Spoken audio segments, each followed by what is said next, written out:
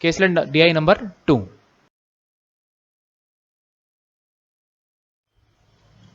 देखिए क्वेश्चन क्या कह रहा है, a function is to be organised which includes expenses on 3 categories, catering, decoration and accommodation. तो 3 चीजों के बारे में बात हो रही है। 3 फील्ड हो गए, एक फील्ड हो गया केटरिंग का, एक फील्ड हो गया डेकोरेशन का, एक फील्ड हो गया अकोमोडेशन का। इसका मतलब ये हुआ कि जब आप टेबल बनाएंगे तो आपके पास 3 डेटा रहेंगे अलग अलग कलेक्ट करने को, केटरिंग का डेटा, डेकोरेशन का डेटा और अकोमोडेशन का डेटा। मतलब टेबल में 3 कैटेगरी आ गई।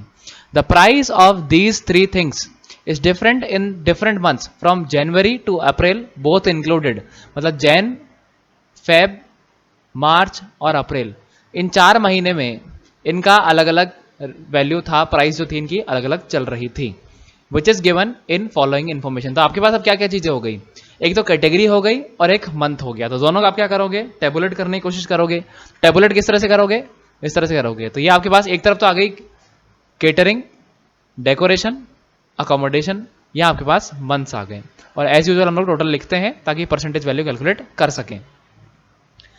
Total cost of all 3 things in March is 47,000। मार्च में तीनों का टोटल मिला के कितना है भाई, 47,000 है, लिख दिया। Which is ₹6,000 more than in Feb. ठीक है, ये जो है ये 6,000 ज्यादा है फेब वाले से, तो फेब का कितना हो गया, 41,000 हो गया। Clear. Ratio of cost of catering to accommodation, catering और अकोमोडेशन इन मार्च, कौन से मंथ में, मार्च के महीने में, क्या रेशियो था, 9:7। ये आपका एक पॉइंट बन गया। इसको हम लोग बाद में यूज करेंगे जैसे कोई हमको यूजफुल इंफॉर्मेशन मिलेगी। मार्च के अंदर केटरिंग और अकोमोडेशन का रेशियो कितना है, 9:7। ये रहा मार्च, ये रही केटरिंग, ये रहा अकोमोडेशन, इनका रेशियो कितना है, 9:7। अब आपके पास 2 रास्ते हैं, एक कि आप इसको इस तरह से अलग अलग लिखते जाएं, या फिर दूसरा तरीका ये कि आप टेबल में इस रेशियो को शो करने की कोशिश करें। कैसे शो कर सकते हैं कि केटरिंग और अकोमोडेशन का रेशियो कितना है, 9:7। तो मैं काम करता हूं, यहां 9 लिख लेता हूं छोटा सा, और यहां 7 लिख लेता हूं। मतलब इनका रेशियो आपस में कितना रहेगा, 9:7 का रेशियो रहेगा। इसका मतलब ये हो गया, ठीक है।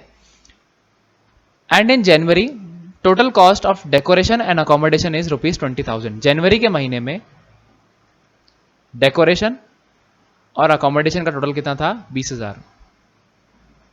एक पॉइंट ये और बन गया, ठीक है। लेकिन ये कहीं पुट नहीं कर सकते, तो हम लोग इसको इक्वेशन बना बना के छोड़ रहे हैं। इसको ऐसे भी लिख सकते हैं टेबल के अंदर भी कि डेकोरेशन और अकोमोडेशन का जनवरी में कितना था, टोटल 20,000 था। दोनों के बीच में लिख देंगे कि ये भाई साहब 20,000 है, बाद में यूज कर लेंगे इसको आराम से। केटरिंग के बारे में क्या बोला गया है, the price of catering are 20% more in Feb than that of in January. Catering के बारे में बोला गया है कि जनवरी और फेब का जो है वो 20% ज्यादा है फेब का जनवरी से। तो अगर जनवरी में 100 था तो फेब में कितना हो जाएगा, 120। क्या रेशियो बना दोनों का, 5:6 का रेशियो बन गया। And in April it is equal to that Feb. ठीक है, तो फेब का ही जो वैल्यू है वही अप्रैल में हो जाएगा। तो ये आपका रेशियो बन गया 5:6:6 केटरिंग के लिए। तो आप इसको शो करना चाहें तो आप कैसे शो करेंगे कि जैन, फेब और अप्रैल के लिए रेशियो 5:6:6 है। तो यहां पर आपने टॉप राइट कॉर्नर ही चूज किया था, यहां पर लेफ्ट कॉर्नर चूज कर लीजिए 5:6:6। ठीक है, अभी लेफ्ट कॉर्नर क्या बताएगा कि जो लेफ्ट कॉर्नर में लिखा गया है वो सारा डेटा इंटररिलेटेड है, राइट कॉर्नर में जो लिखा गया है वो सारा डेटा इंटररिलेटेड है, जो दोनों के बीच में लिखा गया है वो दोनों का सम है। ठीक है, मैं ऐसे भी लिख सकता हूं, ऐसे भी लिख सकता हूं, मर्जी आप लोगों की, आप कैसे लिखना चाहते हैं। इन मार्च प्राइस इज ₹15,000, किसका, डेकोरेशन का। तो डेकोरेशन का 15,000 था मार्च के अंदर, तो मार्च का आप डेकोरेशन लिख दीजिए 15,000। तो मुझे बताइए 47,000 में से 15,000 यहां लग गए, कितने बचे आपके पास, 32,000। और इस 32,000 को किस रेशियो में डिवाइड करना है अब आपको, 9:7 में। क्यों, क्योंकि अब बचे कौन से फील्ड है, केटरिंग और अकोमोडेशन। तो 9:7 से इसको डिवाइड करते हैं, टोटल आ जाएगा 16 से मल्टीप्लाई लगता है 2,000 का। तो ये 9 × 2 18, 7 × 2 14। तो यहां पर हो जाएंगे आपके पास 18,000 और यहां पर आपके पास वैल्यू आ जाएगी 14,000। क्लियर है, बात समझ में आ गई, यहां पर कोई दिक्कत नहीं होनी चाहिए। तो ये आपका पूरा मार्च जो था पूरा सॉर्ट आउट हो गया है। Ratio of price in Jain, Feb and April is 24, 33, 22।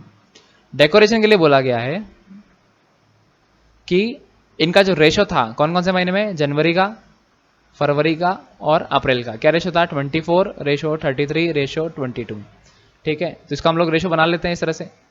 अब चाहो तो यहाँ भी लिख सकते हो और चाहो तो आप टेबल के अंदर भी बना सकते हो। ठीक है, कहीं भी आपने छोटा सा लिख दिया कि जैसे यहाँ 24 है, यहाँ 33 है और यहाँ 22 है। क्लियर, ये आपने एकदम टॉप मिडिल में लिख दिया। क्लियर। अकोमोडेशन की बात करते हैं। It cost ₹1500 less than in Feb than in March. ठीक है, फेब के अंदर जो अकोमोडेशन है वो 1500 रुपये सस्ती है मार्च से। मार्च में कितनी थी? 14,000, तो यहां कितनी आ जाएगी? 12,500। क्लियर है, कितनी आ गई? 12,500। आगे बढ़ते हैं। In which it cost double than what its price are in April. ठीक है, मार्च में जो भी प्राइस थी वो डबल है किससे? अप्रैल से। तो मार्च में कितनी प्राइस थी? 14,000, अप्रैल में कितनी हो जाएगी? 7,000। अब कई बच्चे कंफ्यूज होंगे कि ये जो इन विच वाली बात कही गई है ये मार्च के लिए कही गई है या फेब के लिए कही गई है। देखिए कॉमा किसके बाद लगा? मार्च के बाद लगा है, तो इसके बाद जो भी इंफॉर्मेशन होगी वो किसके लिए होगी? मार्च के लिए होगी। तो मार्च के अंदर जो था वो डबल था than what its prices are in April. ठीक है, तो कितना हो गया? 7,000 हो गया। And average cost taken for all 4 months together is 10,375। मतलब चारों महीनों का जो एवरेज था वो 10,375 रुपए है। तो एवरेज कैसे निकाला आपने? Jan plus Feb plus March plus April upon 4 equal to ये आया आपके पास 10,375। अपॉन 4 अगर मल्टीप्लाई हो जाएगा तो ये कितना हो जाएगा आपके पास? मल्टीप्लाई कर दीजिए इसको, तो होता है 41,500। तो आपके पास टोटल आ चुका है अकोमोडेशन का 41,500। इसमें आपको कौन कौन सी वैल्यू पता है? फेब की पता है, मार्च की पता है, अप्रैल की पता है। प्लस कर लेते हैं। 14 + 7 21, 21 + 12 कितना हो जाएगा? ये 21 + 12 अगर आप करते हैं तो 33, तो 33,500। जैसे आप माइनस करेंगे आपके पास डिफरेंस कितना बचेगा? 8,000। तो यहां पर अकोमोडेशन का खर्चा कितना आ गया? 8,000। दोनों का सम 20,000 था और ये 8,000 आ गया है, तो कितना बचा? ये 12,000। 24 के वैल्यू 12,000 है। ठीक है, 24 की वैल्यू कितनी है? 12,000। तो एक की वैल्यू कितनी? कैसे किया मैंने ये भाई? जैन, फेब और अप्रैल में जो डेकोरेशन का रेशो था वो हमारे पास ये था। अब जनवरी की वैल्यू तो आपके पास आ गई कि 12,000 है, तो इसको कंपेयर करेंगे तो कितनी बार मल्टीप्लाई लगेगा? 500 बार का। तो वो आप यहां भी कर सकते थे, यहां भी कर सकते थे, जहां आपकी मर्जी है, टेबल के अंदर भी और टेबल के बाहर भी। तो हर चीज आप किससे मल्टीप्लाई होगी? 500 से। तो ये कितना हो जाएगा? 11,000। और ये आप 33 से मल्टीप्लाई करेंगे तो ये आपका हो जाएगा, देखिए 16,500। क्लियर है, बात समझ में आ गई? यहां तक इसको टोटल कर लेंगे तो आपके पास डेकोरेशन का टोटल आ जाएगा। ये प्लस कर लेते हैं। 11 + 15 करेंगे 26, 26 + 16 करेंगे आप तो हो जाएगा 42, 42 में 12 प्लस करेंगे तो 54, तो 54,500 हो जाता है। क्लियर है, बात समझ में आ गई यहां तक? अब देखिए जो फेब था उसमें टोटल जो आ रहा है वैल्यू कितना आ रहा है? 41,000 आ रहा है। और इन दोनों का प्लस कर लेते हैं। 12,500, 16,500 दोनों को प्लस करेंगे तो 29,000 आ जाएगा। तो अगर इन दो का 29,000 है तो बचा हुआ किसका होगा? केटरिंग का ही होगा, ऑब्वियस सी बात है। तो 41,000 में से आप 29,000 माइनस कर दीजिए, कितना बचता है? 12,000। तो ये वैल्यू कितनी हो गई? 12,000। अब आपको पता था कि जितनी वैल्यू फेब में है उतनी की उतनी अप्रैल में है, तो ये भी कितना हो जाएगा? 12,000। इनका रेशो क्या था? 5:6:6। 6 का 12,000, 6 का 12,000, तो 5 का कितना हो जाएगा? 10,000। क्योंकि 1 यूनिट की वैल्यू कितनी आएगी? 2,000, 5 यूनिट की वैल्यू 10,000 आ जाएगी। इन सबको प्लस कर लीजिए। 12 + 18 करते हैं 30, 30 + 10 करेंगे 40, 40 + 12 करेंगे 52, तो ये 52,000 हो गया आपके पास।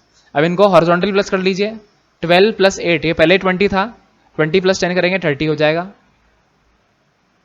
12 + 11 + 7, 11 और 7 करेंगे 18, 18 और 12 करेंगे 30। अब मैंने जैसे बताया था कि ऐसे और ऐसे सम कैसा आना चाहिए? बराबर आना चाहिए। तो ये तो प्लस करना आसान है, रो वाइज, तो पहले कॉलम वाइज प्लस करते हैं। देखिए 52 + 54 106, 106 + 41 147, और इसमें फिर ये 500 और 500 जुड़ के 1,000 और हो जाएगा, 148,000 हो जाएगा, 1,48,000।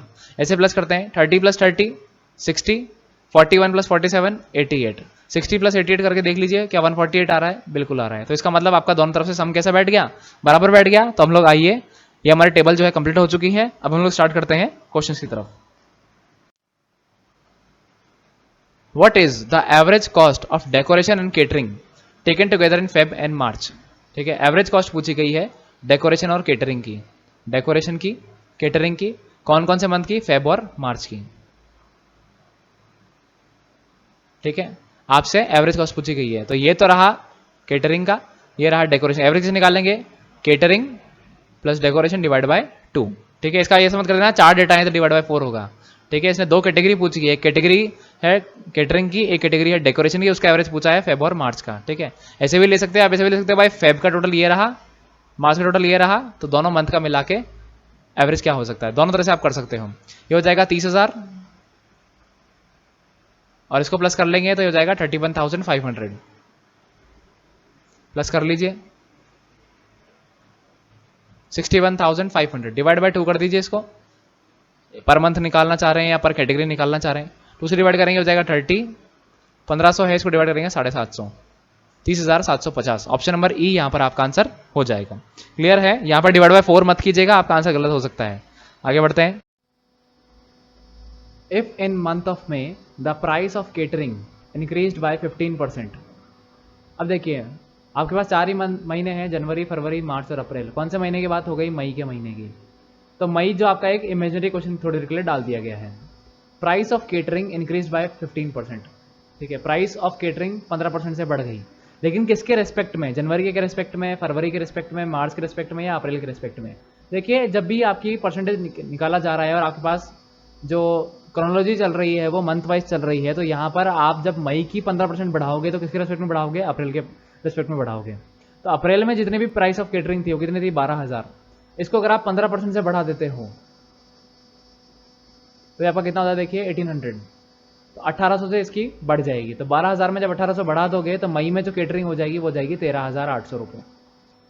Bye what percent will it become less और more than decoration cost in April. ठीक है, डेकोरेशन की कॉस्ट कितनी है अप्रैल में, 11,000।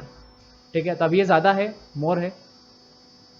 आपसे पूछा है कितना परसेंट ज्यादा है, तो देखिए लेस वाले ऑप्शन तो पहले कैंसिल हो जाएंगे, कोई मोर वाला ऑप्शन ही रहेगा। 11,000 से ये कितना ज्यादा है परसेंटेज वाइज। तो वैसे आप देखोगे डिफरेंस कितने का है, 2800 का। परसेंटेज मोर और लेस कैसे निकालते हैं हम लोग, difference upon reference multiplied by 100। कितने का डिफरेंस है, 2,800 का। किसके रेफरेंस में निकालना है, डेकोरेशन कॉस्ट इन अप्रैल, यानी कि 11,000 मल्टीप्लाइड बाय 100। यहाँ 0 से 2 0 कट हो जाएगा, 1 0 से 1 0 कट हो जाएगा। 280 को जब आप 11 से डिवाइड करेंगे, 2 टाइम्स डिवाइड करते हैं देखिए 22 हो जाएगा, पीछे बचता है आपके पास 60, 5 टाइम्स डिवाइड करेंगे 55 हो जाएगा, 5 बचता है। तो आपके पास क्या बनना देखिए 55, 5 बाय 11%, इतना ज़्यादा हो जाएगा। ऑप्शन नंबर सी आपका आंसर हो जाएगा। नेक्स्ट क्वेश्चन देखिए, in which given month should the function be organised such that expense of all 3 things is minimum. कि सबका सबसे कम खर्चा आए। सबसे कम खर्चा कहाँ आ रहा है, एक तो जनवरी में आ रहा 30,000 और एक अप्रैल में आ रहा 30,000, बाकी दोनों जगह आपके पैसे ज्यादा लग रहे हैं। तो आपका आंसर क्या हो जाएगा, आइदर इन जनवरी और इन अप्रैल। नेक्स्ट क्वेश्चन की तरफ बढ़ते हैं। देखिए क्या कह रहा है, what is the ratio of decoration cost in Feb and March together. Decoration का फेब और मार्च का एक साथ टोटल कीजिए। ये रहा डेकोरेशन, फेब और मार्च का आप टोटल करते हैं तो कितना आता है 31,500। इसका रेशियो बनाना है accommodation cost in Feb and April. ठीक है, अकोमोडेशन का कॉस्ट किस किस में, फेब में और अप्रैल में। इसको प्लस कर लीजिए तो होता है 19,500। इसका आपको क्या बताना है, रेशो। 0 से यहाँ 0 कट जाएगा, आप 15 की टेबल यूज करेंगे, 15 2 जा 15 1 जा, 15 की टेबल से यूज करेंगे 13, तो क्या रेशो बनता है 21:13। ऑप्शन नंबर ए यहाँ पर आपका आंसर हो जाएगा। देखिए यहाँ टेबल जितनी बड़ी यूज करेंगे उतना आपके लिए फायदेमंद रहेगा, उसके लिए आपकी टेबल पे जो पकड़ है वो अच्छी होनी चाहिए। What is the difference between the expenses on catering in all months taken together and decoration for the same? Catering का और डेकोरेशन का जो डिफरेंस है वो कितना है। अब देखिए पहले टोटल कर लिया आपने तो डिफरेंस निकालना आसान हो गया, कितना हो गया 2,500 रुपये। ठीक है, ऑप्शन नंबर सी यहाँ पर आपका आंसर हो जाएगा। तो स्टूडेंट्स ये था आपके आज के जितने भी क्वेश्चन थे डीआई के, केसलेट डीआई के। क्वेश्चन थोड़े से स्टार्टिंग में इजी है, लेकिन हर तरह का कॉन्सेप्ट यूज हुआ, परसेंटेज का लगभग पूरा काफी सारा कॉन्सेप्ट हमने कवर किया है। यहाँ पर मोर और लेस करके जो वैल्यूज आती है उनको किस तरह से निकाला जाता है, देन का रेफरेंस किस रेफरेंस में बात होती जाती है, वो सारी हमने बातें यहाँ पर की हैं। आई होप आपको ज़्यादा प्रॉब्लम नहीं होगी। मिलते हैं आपसे नेक्स्ट वीडियो में। टिल देन जय हिंद, थैंक यू।